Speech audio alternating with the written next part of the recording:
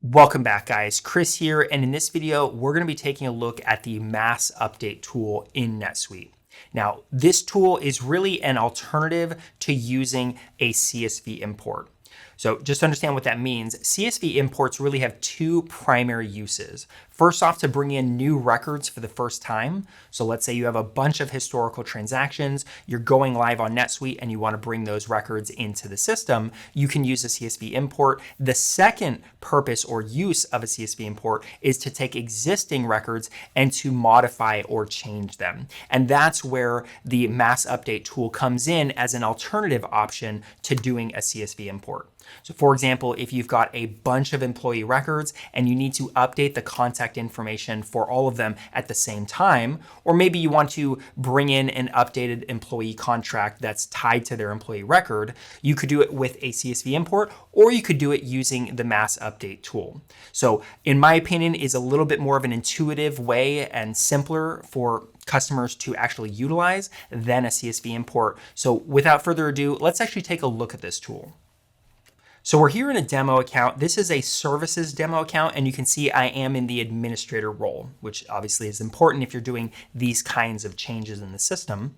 And first off, if we come up to setup and down here to import export, this is where I would come if I wanted to do a CSV import. But we're going to be utilizing the mass update tool, and that's over here under lists.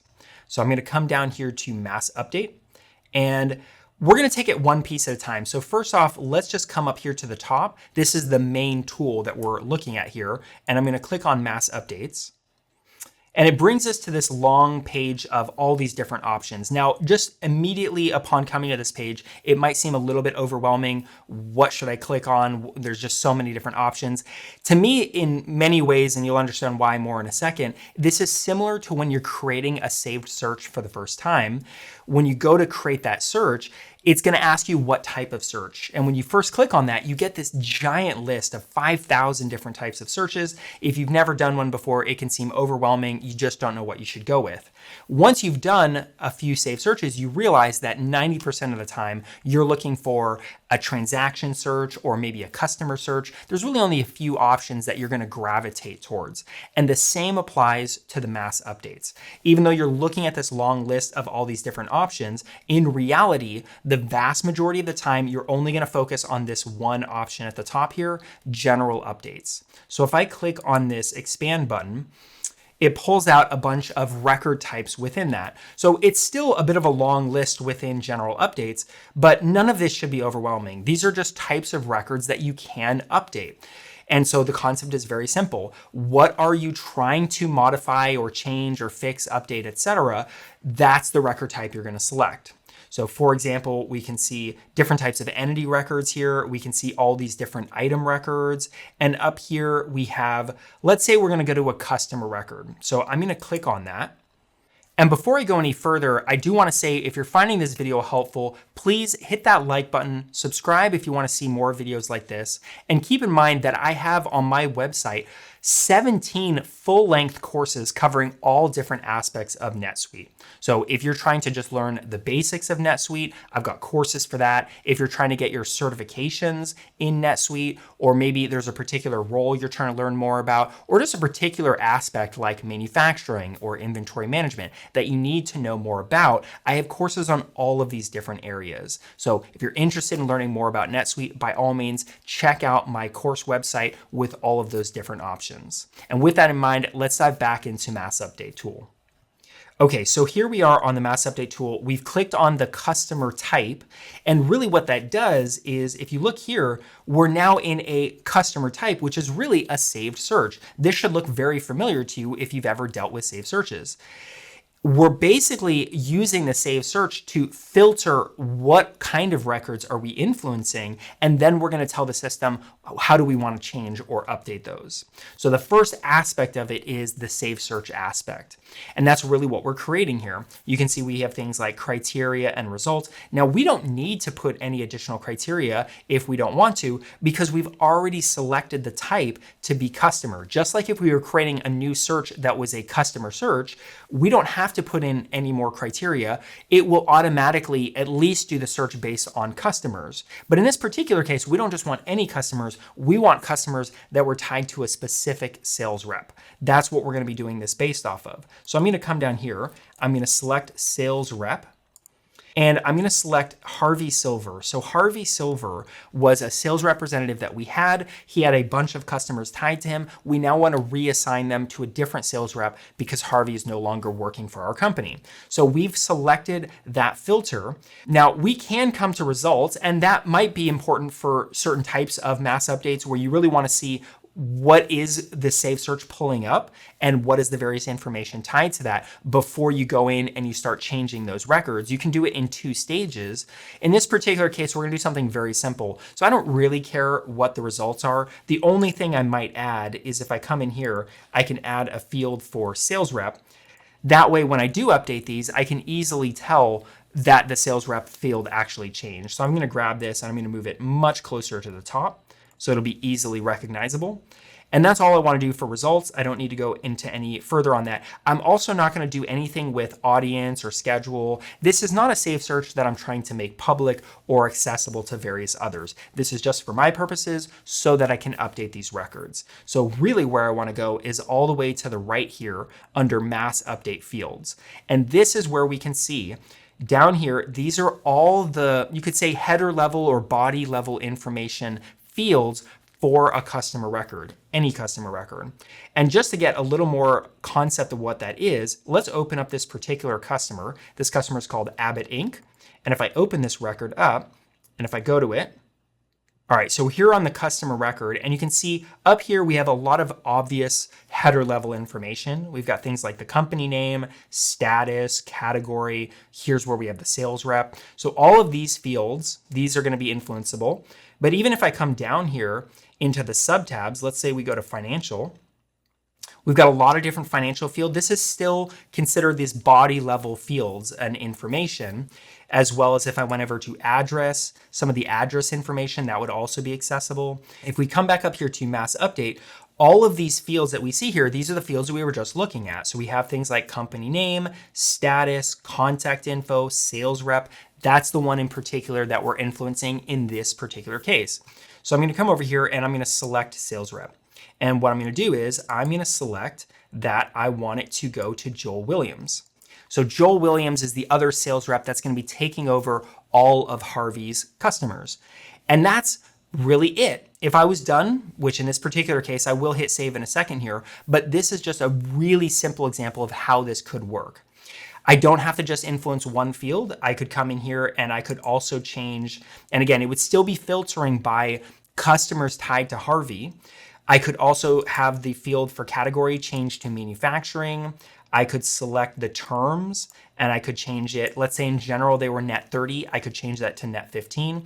I could come and change as many as I wanted to. That's not a very realistic example, at least for what I've laid out here in this particular example, but you get a concept of how this could work.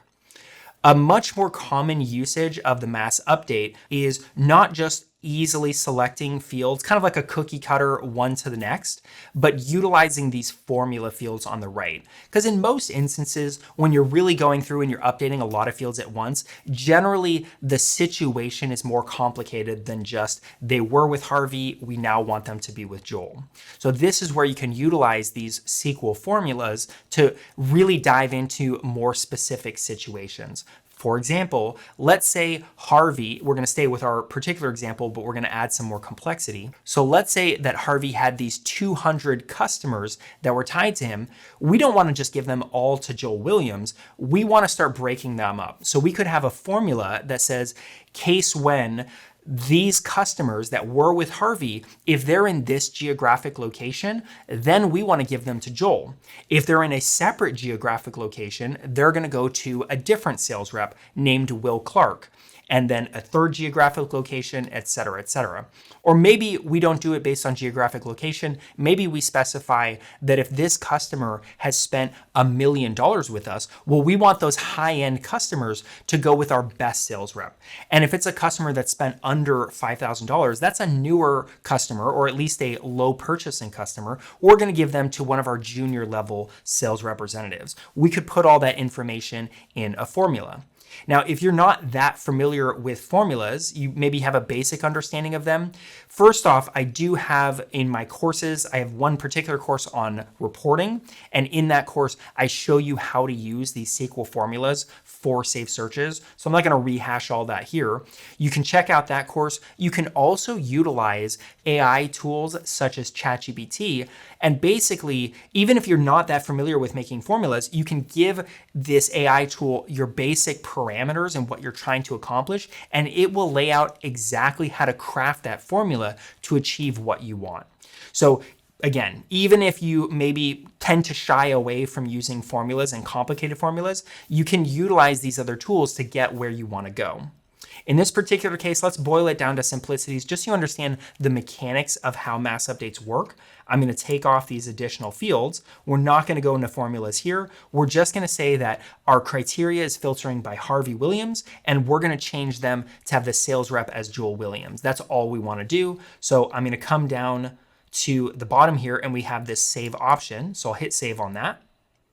And it finishes creating that. So now I want to see, well, what did I actually create here? So I'm going to come back up to lists, down to mass updates, and we're going to come up here to saved mass updates. If I click on that, this will give me a list of all the mass updates that I've used. So you can rely on one mass update multiple times if you want to, or if you just want to see what is the results of a one-off that you did, this is where you can take a look at that. So you can see right up here, customer mass update. This is the one I just ran. And I can come over here and I can look at a preview of exactly what happened. So if I click on that, it brings me to the saved search that I created. So you can see this is a list of a bunch of customers. And in this particular case, what it's doing is it looked and it had the sales rep as Harvey Silver, as well as what is that new field that it's going to be updating to, which in this case is Joel Williams. So right here, we can see first off, who are the customers that are going to be influenced by this mass update. In this case, it's not that mass, it's really just 10, you can see that number up here, 10 different customers listed out here that are all going to be updated. And maybe there's particular customers as we go through this list and we decide, well, we don't want to do it with all of them. This particular customer, let's say Orange Rose, we actually want to leave that because they're not a customer that's with us anymore. We don't want to say that it's with a different sales rep. We can unselect some of these. And once we have exactly what we want, now we can come in here and go perform update. We click on that. And it brings us to sort of like a queuing page where it lets us know how many records are going to be updated as well as how long it's going to take. Now, this is a very small update. So you can see it's going to take less than a minute and we can hit refresh on that. And it lets us know that it was in fact performed. So we can hit OK. And we now had those records immediately updated for the sales rep. So that is a very simple example of how you could utilize this tool. Now let's dig a little bit more into some of the other features that come with the mass update tool. So I'm going to come back up here to list, back down to mass updates. And in this case, we're going to come over here to mass update again, click on that. And the first thing you notice is it says click to view the details of the last mass update. So it recognizes the fact that you just did a mass update and it says, hey, here's this filter here. If you click on this, it really just brings you back to that refresh page that we were just looking at. So there's not really any use in clicking on that. I want to talk about some of the other things we see on this page. So I already talked to you about general updates. These are all the different records that you can take advantage of if you want to do an update. For example, let's say you wanted to update an item record, you can come in here and you can select it. The key thing to understand, and I've commented on this earlier, what you're going to be updating here in these records is the body level information. So a common thing you might want to do with an item is you might want to update the prices. For example, if I open up an item record, I have one here. If we take a look at this item record, we have the header level information here, but really where a common way to update this information is if we go to sales and pricing, down here, we have these price levels. Oftentimes companies will want to take all their items and update their prices under many different price levels all at the same time. Well, these are really in what's considered a sublist view, or if you were dealing with transactions, if you had every line item, that's a sublist view. That's a line by line view. You're not going to see those fields if you come over here under general updates. If you just clicked on an inventory item, you're not going to be able to access those sublist level fields. So what do you do if you want to start digging into those other options? In that case, you wouldn't want to go to general updates. In that case, you might want to start looking at some of these other options. Everything that doesn't fall under just a generic item that you can update, they stuff them into these other categories. So for example, under items, you can see right here we have update item prices. And if I click on that, just to give a concept of what that is, the same general concept where we basically have a saved search here, but in this case, it's customized it a little bit so that it's specifically going to be interacting with price levels. So here's where you would come in. If you don't know anything about price levels, that's fine. I'm just trying to give you a concept of these things. You could select only the price level of new customer, and you could put in a new amount. You could do it based on existing prices, etc. You could do the rounding. You have a bunch of different features specifically for updating price levels that you wouldn't have if you just went into inventory items on general updates. So that's an example of some additional things that you can take advantage of with that. That's this one in particular. But if you start sifting through some of these other options like transactions, you'll see there's a number of other things that you can do that you wouldn't necessarily be able to do if you just went up to general updates. So you have more options there. But again, most commonly, you will go to general updates. And then one last thing I want to show you here is if we go to lists again, back down to mass updates. So we have mass updates, which obviously is the page we're currently on. I also have saved mass updates. That's what I showed you before, where just like you can have saved searches, you can go to those. But we have a few different options here. Basically everything below, these are just some commonly used types of mass updates that they just somewhat arbitrarily decided to stuff onto this toolbar. So in this particular case, update prices, this is the same thing that you're looking at what I just showed you on the left side of the screen, where you can go into items, update prices. They decided to put it in here as well. That's totally fine. You can also do swap prices between price levels. So if you want to do those kinds of swaps, you can take advantage of that. Down here, this is a very helpful type of mass update, entity duplicate resolution. So let's say you have a bunch of different duplicate customer records in your system. You know that some of your employees, when they were adding new customers, maybe in certain instances they misspelled one. So there's 3 different instances of one particular customer, and you want to go through the system, and instead of having to like literally dig through every single customer record, you want it to look through. You're going to give it basic criteria. It's going to look for commonalities between these customers, and it's going to try to consolidate them into one customer record and remove the superfluous ones. So entity duplicate resolution, this is a very useful tool for, it doesn't have to just be customer records, it might be contacts or leads, whatever it is. This is one that I have seen customers utilize a lot, and one that is not something you can easily do using a CSV import. So there are ways you can use CSV imports to try to achieve a similar thing, but this is a much more direct way to dedupe your system. Down from that, we also have remove personal information. This has a couple, you could say, somewhat unusual instances, but I have seen them used where, let's say, a particular customer finds out that there's some sensitive information about that customer in our NetSuite system and they want it to be removed. You could use this almost like a scalpel to go into that particular customer and just immediately remove whatever that information is. But also you could run into a situation where, let's say with medical regulations, I don't know if you're familiar with the term HIPAA, but it's specifically for the medical industry.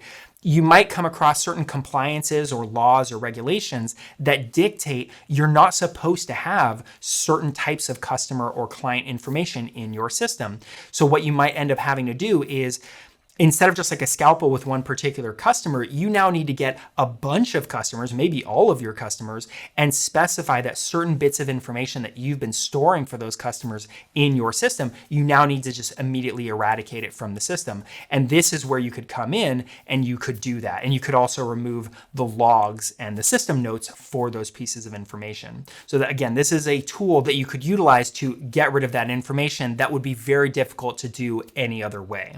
So that's a general concept of what the mass update tool can do.